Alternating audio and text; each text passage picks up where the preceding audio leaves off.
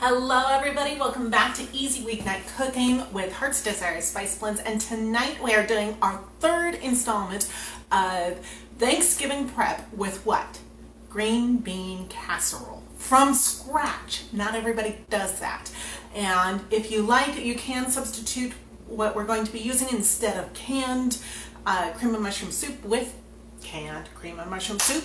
If you are on a low salt or low sugar diet, this is going to be awesome for you because guess what? We get to control the ingredients, and this is super easy. We get to make our own cream of mushroom soup and do a really fabulous tasting green bean casserole tonight. And so if you already missed our last installment, we did chied yams, candied yams last week. Go ahead and look for the video in the video section here on the page. And right now our recipe is right on up there. So go ahead and take a look, follow along. And so what are we gonna need? Great question, right? Of course, we are going to need green beans. Now you can do fresh or frozen. We're going to need 1 pound for this. And if you're going to be making this for a huge crowd, double the recipe. Excuse me, absolutely double the recipe. You can get the 2-pound bags of frozen green beans, or what you can do is you can get fresh and blanch them. And so we're gonna go the really easy route tonight, and we're gonna go ahead and just microwave these and get this party started. Excuse me. We are also going to need some heavy cream. And this is wonderful stuff when you want to make some sort of a condensed cream soup without all the salt, without all the carbs, that kind of thing. Heavy whipping cream is your best friend there. We are going to need Parmesan cheese, of course, Slawsome Veggies. And what that's going to do this time is it's going to just add that flavor dimension that you don't always get in some of your cooking like this. Everybody's going to be wondering, what is that? It tastes so good.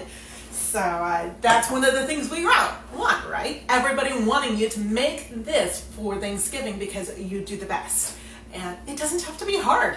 How cool is that? Seriously. We need about 1 cup of shredded cheese, cheddar, or if you don't like cheddar, you can go for jack. We are going to need about 2 tablespoons of butter. We are, of course, going to need some mushrooms, yum. We're going to chop those up. We're going to need 1 small onion and a little bit of garlic, and of course about 6 ounces of French fried onions. And that's also going to be really huge. Now if you can't have gluten, you can either find something gluten-free probably on Amazon, or you can make your own, and it's not that hard. What you do is you go ahead and do a quick egg wash over your onions, and then just pan fry them after you've dusted them with some sort of flour that you really like. So let's get started. What we're gonna do first is we're gonna start getting the choppy on, and oh no, before we do that, we're going to grab a microwave and oven safe casserole dish. We're going to go ahead and put our green beans right in there and pop them in the microwave for about 5 minutes. So go ahead, 1 pound of green beans. You can tell, you know, good sized casserole in there, and we're going to be using all of these. So for totally frozen green beans, that's about 5 minutes in the microwave. If you've got a low power microwave, 10 minutes max is what I would suggest. So right there. Now we get onto our onion, because we're going to be going ahead and sauteing the onion, the garlic, and our mushrooms right in here in just a minute. So now you probably understand what the texture requirements are of your family. You're going to chop your onions to the taste of your family. Some people like big chunks of onion. Some people don't want to even know it's in there. Sometimes you're going to be using garlic powder for those kind of people who say, don't even let me find an onion.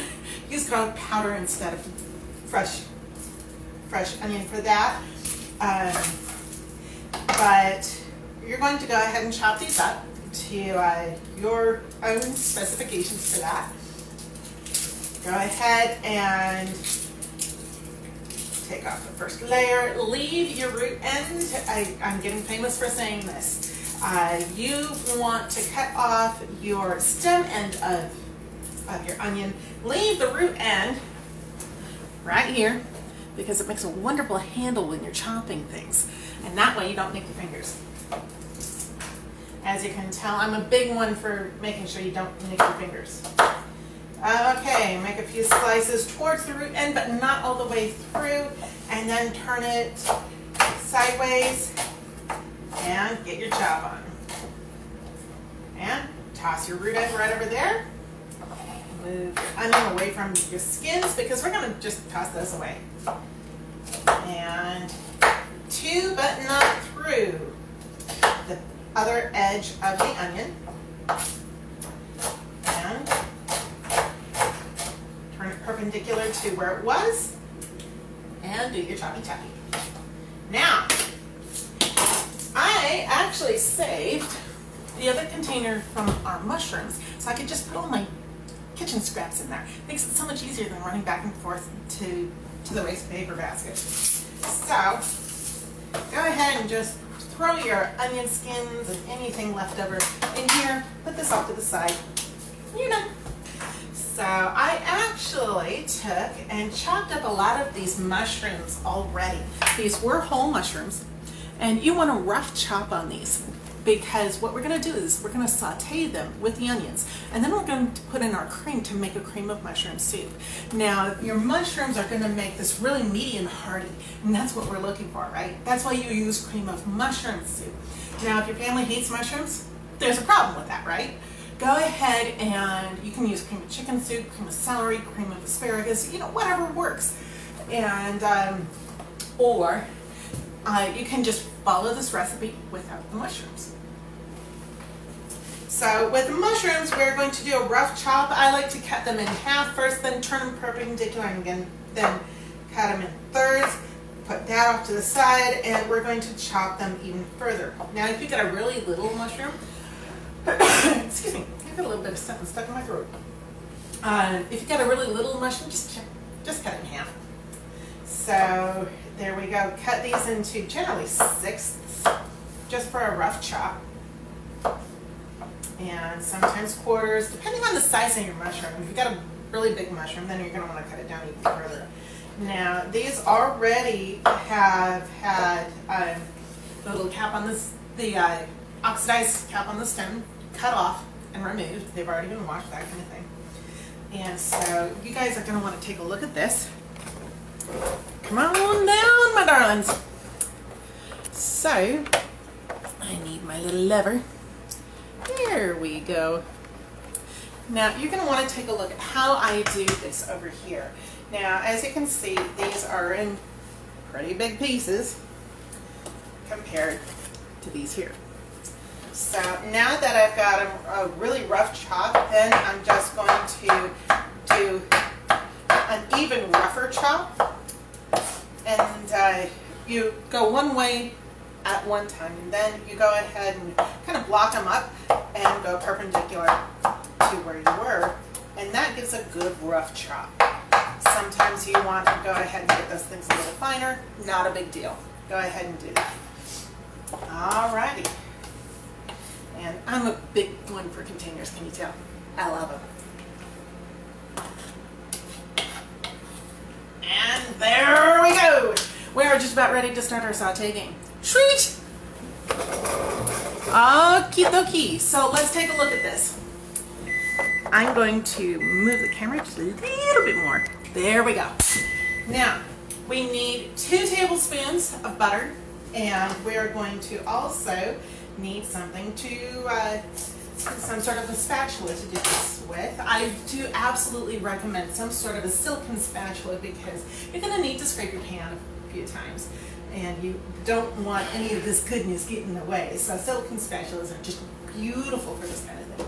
Go ahead and put your butter in there, turn it on high heat, and grab your spatula. Ha-ha! So, from here, oh, I cannot forget my garlic. Go ahead and grab usually 1 clove of garlic, or if you don't have a clove, about a 1/4 teaspoon of granulated or powdered garlic will equal about 1 large clove, or medium clove. Since we're doing things the choppy way, all I did was I took the flat blade of my knife and smacked my garlic with it.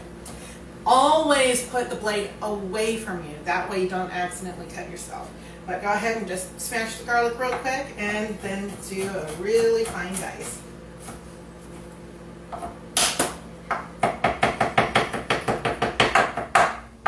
There we go. And we have melting butter over here. Ooh. Once this is melted, once this is all melted and starting to sizzle just an itty bitty bit, that's when we're going to put all of these right into our pan.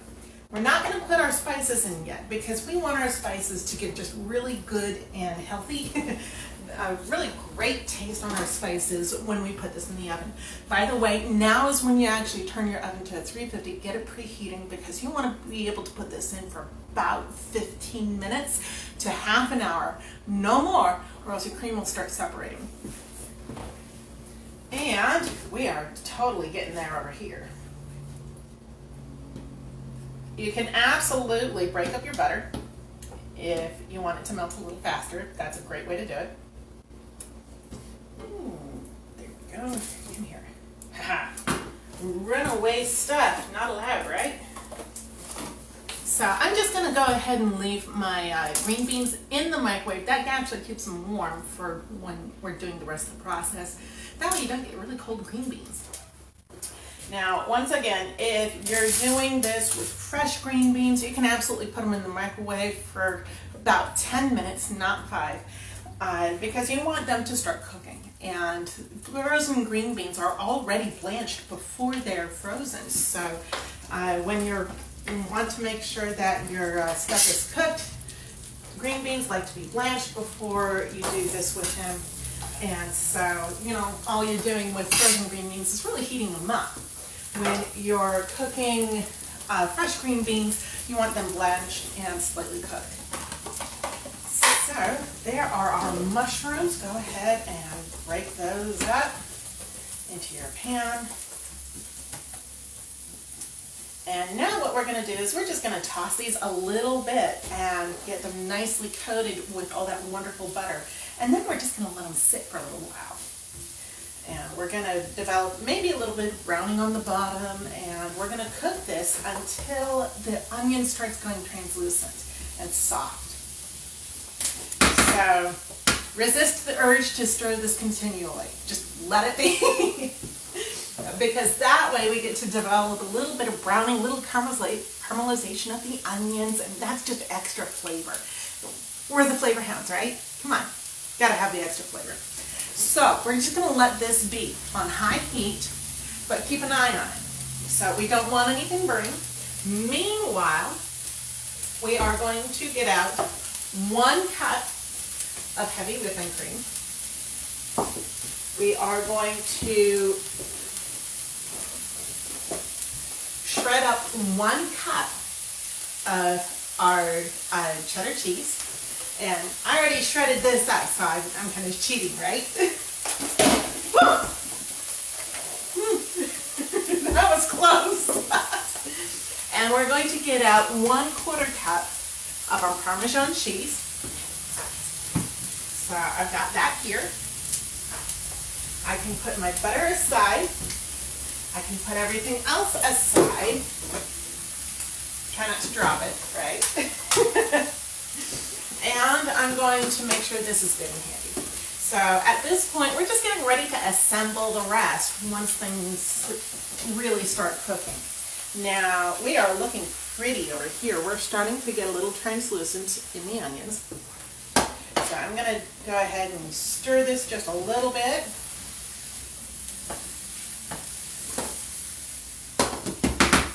And there you go. Now we hurry up and wait, right? Always, Naomi, right. So welcome back to the home front. Yes, the kitchen vacuum is actually right down there. I'm being told to get out of the kitchen. And so, you know, she really does help, right? You gotta have a kitchen vacuum occasionally. Just don't do that when you're blending the spices. So, meanwhile, this is looking really great. We've got translucent onions. And now is the time you put in your heavy cream. And let me talk a little bit about my choice of pans here. And the choice of pan really is a wide, shallow pan with sides on it. And the reason I do that is because of the cream reduction that we're going to be doing here. We want to make sure that we've got a lot of evaporation available to us when we're doing this. We're going to go ahead and bring this to a boil, which means that I can talk to you guys in the meantime, right? It's good. Anyway, so we're not going to be stirring this as constantly as you might think, but we're going to keep a good eye on it because it likes to bubble over. Cream tends to do that. But anyway, we're going to keep an eye on this, and the reason why I've got such a lot of surface area here is so that we can get very quick evaporation on this. And that's the point when you're reducing. You want all sorts of evaporation going on. So the more surface area you have and the thinner layer of cream you have, the more evaporation you get in a very short amount of time. So if you're pressed for time, a wider pan is always best. So as you might be able to tell, we've got a little bit of boiling over here, and I'm going to go ahead and stir that down a little bit.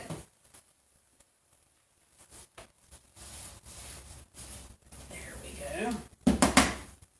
And we're just going to go ahead and watch cream boil. So what are we going to be doing after this? Really what we're going to do is we're going to boil this until it's thickened. Normally when you stir this, you'll see the bottom of the pan just very, very briefly.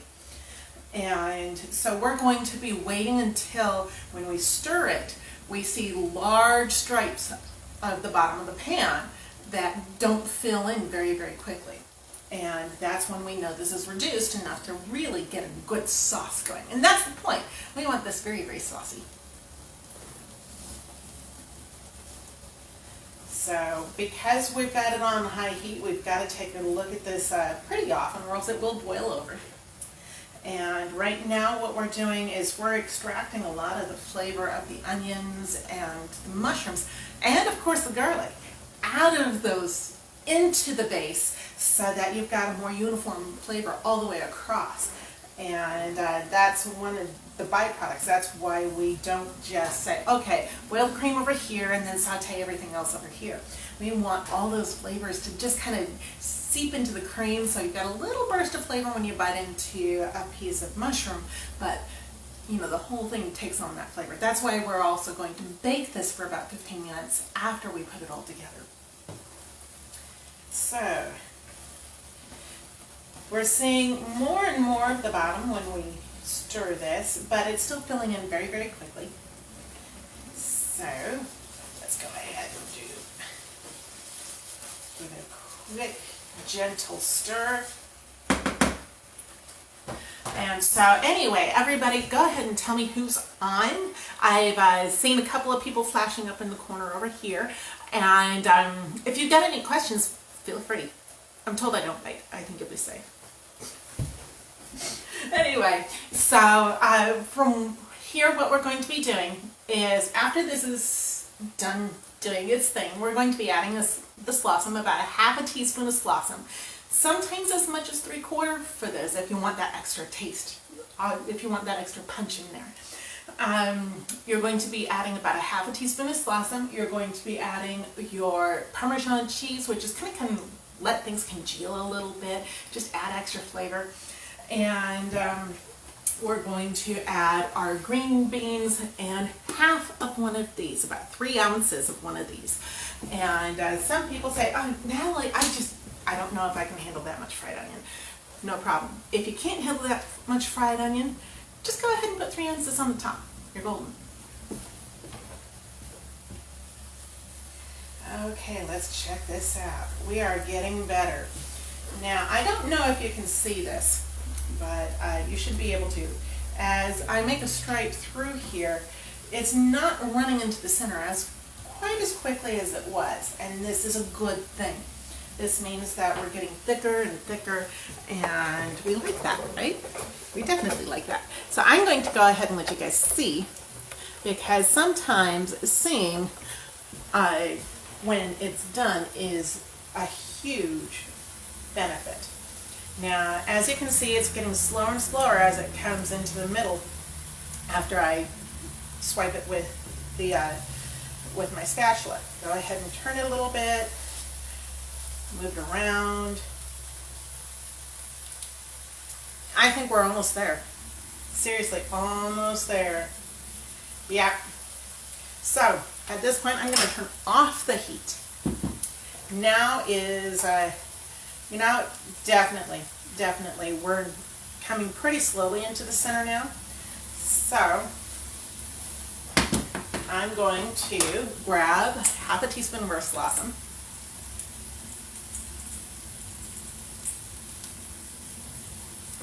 Pour that on in there. And our Parmesan cheese, 1/4 cup. Now we get to fold that on in. Now the heat is off. If you've got an electric range, it will continue heating all the way through. And sometimes that's really good because that just kind of allows things to get thicker and thicker and thicker as you do this. And as we put in our green beans, we want this really kind of thick. As you can see, it's not running very well right now, which is awesome. And now this is a really great nonstick pan, so it's slip sliding away everywhere. But as you can tell here, you don't have a whole lot of liquid running into those stripes I just made with the spatula. So I'm going to put this aside, and now come over here and grab my green beans. Now, I did not put any water in with our green beans. Why? Because when you're doing this frozen and going into something like that, you don't want a ton of water sogging this down. And so right now what I'm going to do is I'm actually going to drain these a little further. And so just off center the lid just a little bit, just like that, and pour it out in the sink.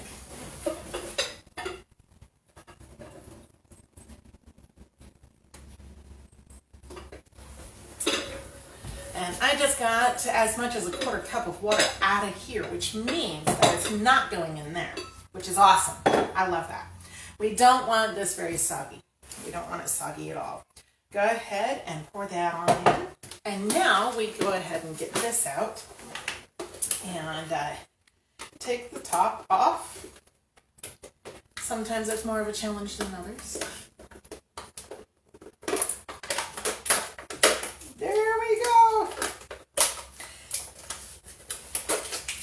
And at this point, we're kind of going to pick and choose what kind of onions we want to go in into this right now, because we want the smaller bits going in there, not the really huge, wonderfully, beautifully presented pieces that we want to go on top. We want to leave the really big pieces that make a beautiful presentation for the very top of this, not the inside.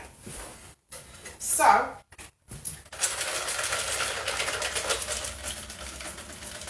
go ahead and shake some out into your palm. And if you find big pieces that are just gorgeous and wonderful, you can just pull them out. Now, shake it up some more, pour some out onto your palm, and we're going to do about half of this. Here are some more just really pretty pieces.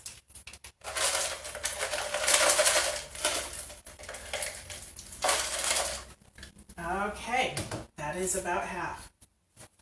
Pour those back in here. And now we get to fold everything in. We don't want to get too energetic at this point because everything will go all over the stove. Trust me, been there, done that. So go ahead and fold everything in, and I will often do a fold and squish. Fold it in and then use my spatula to kind of squish things down. go. And now I can get a little bit more energetic. Things are less likely to go flying. There we go. Now look at this. Isn't that gorgeous? You know, it looks like a casserole should. Absolutely. And who would have thought just 15 minutes ago this was just regular old cream? I love this stuff.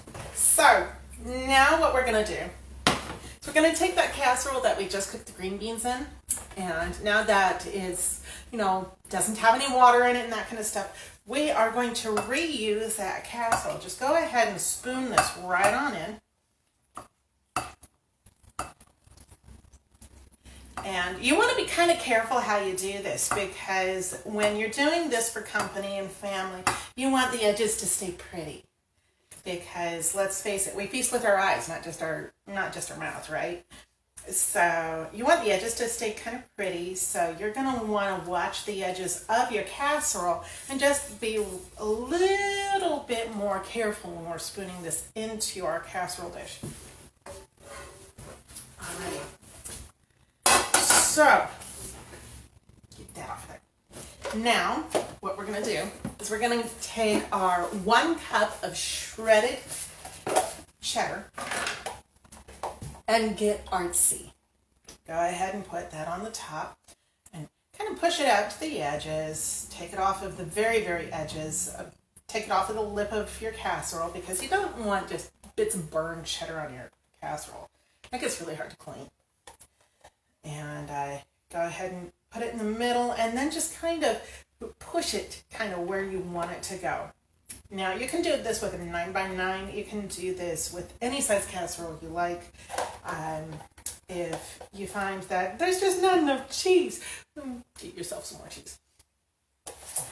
So now we're going to go for the rest of the onions, and go ahead and do the same kind of thing. You want to kind of get artsy with this.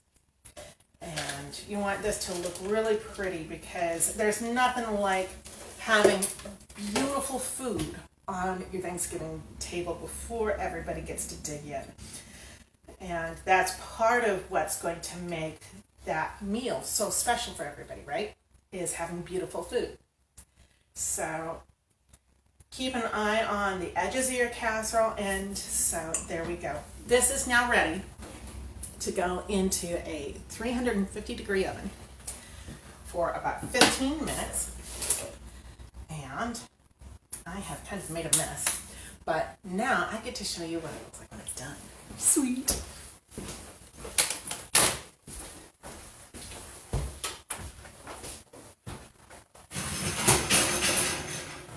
Oh yeah, look at that. So this has been in there. This went in just before we went live. And you will love what this looks like. Look at that. Right in there, beautiful innards, gorgeous outside. You've got a little bit of browning on those onions, and the cheese is all melted. You don't have a whole bunch of stuff over all the edges, and it's just gorgeous. So it smells amazing. My mouth is watering. It smells amazing, and I can hardly wait until we can dig in. You're going to want to let this sit for probably about 5 minutes before you dig in, or else you will have molten hot green bean casserole. And you know, you can't taste anything after your mouth is burned. Really, seriously, it's not fun. So anyway, let this sit for about 5 minutes, and the sauce that we have in there will actually get thicker the longer it sits. So from our house to yours, Thanksgiving prep with easy weeknight cooking. There are plenty of things that you can do with this. If you've got questions, go ahead and give us a message, and I'm sure we can give you a hand. So from our house to yours, keep things tasty, and we will see you next week for homemade stuffing.